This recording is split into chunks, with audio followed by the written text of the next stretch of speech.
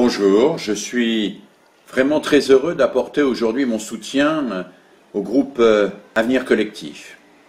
C'est un groupe de jeunes poitevins engagés qui a décidé de porter haut et fort un message de solidarité, un message généreux, un message pour une transition écologique et sociale qui nous prépare à un futur qui soit un véritable monde meilleur.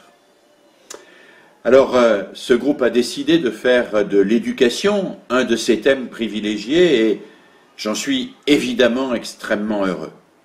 Alors, l'éducation, pour beaucoup de gens, c'est simplement l'école. Mais bien sûr que non, l'éducation, c'est une multitude de facteurs, d'acteurs, de partenaires.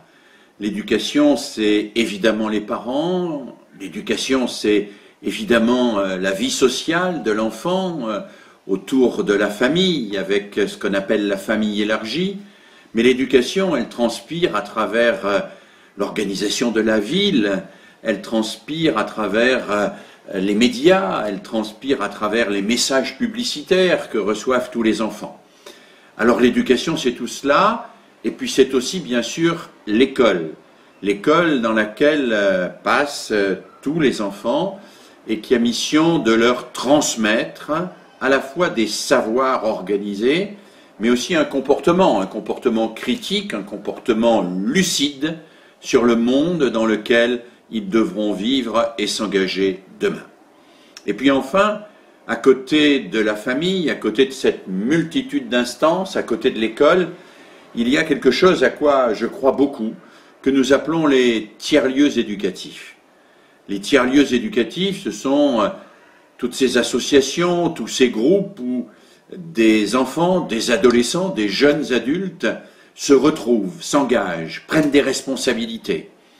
Ils ont un projet en commun, ils portent ce projet, ils font l'apprentissage dans ce travail de ce que c'est que la solidarité, la coopération, de ce que c'est aussi que la véritable autorité, celle qui est portée par la compétence au service du bien commun.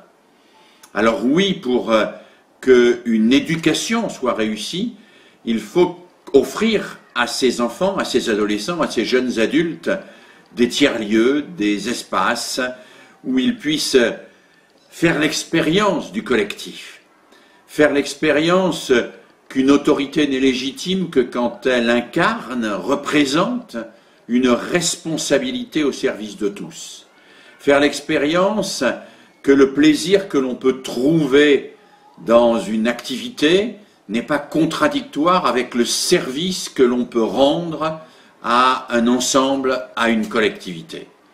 Faire l'expérience de la vie en commun avec ses richesses, avec aussi ses contraintes, mais des contraintes qui ne sont pas des contraintes pour nous limiter, mais au contraire des contraintes pour nous ouvrir un certain nombre d'horizons. Nous voudrions pour nos jeunes qu'ils sachent surseoir à l'intérêt immédiat, ne pas être des consommateurs compulsifs. Nous voudrions aussi qu'ils sachent réfléchir, penser, anticiper à l'avenir. Nous voudrions qu'ils sachent coopérer et non pas exclure, travailler ensemble et non pas organiser le monde en concepteurs, exécutants, chômeurs et gêneurs.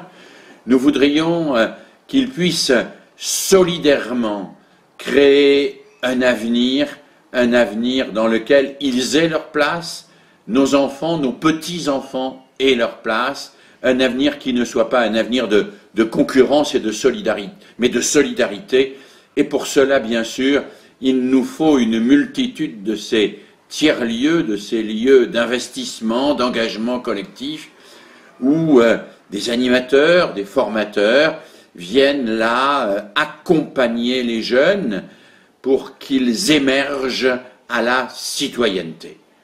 Et c'est parce que ces jeunes d'Avenir Collectif portent ce message-là que je pense qu'il faut à la fois les soutenir, les aider et leur faire confiance.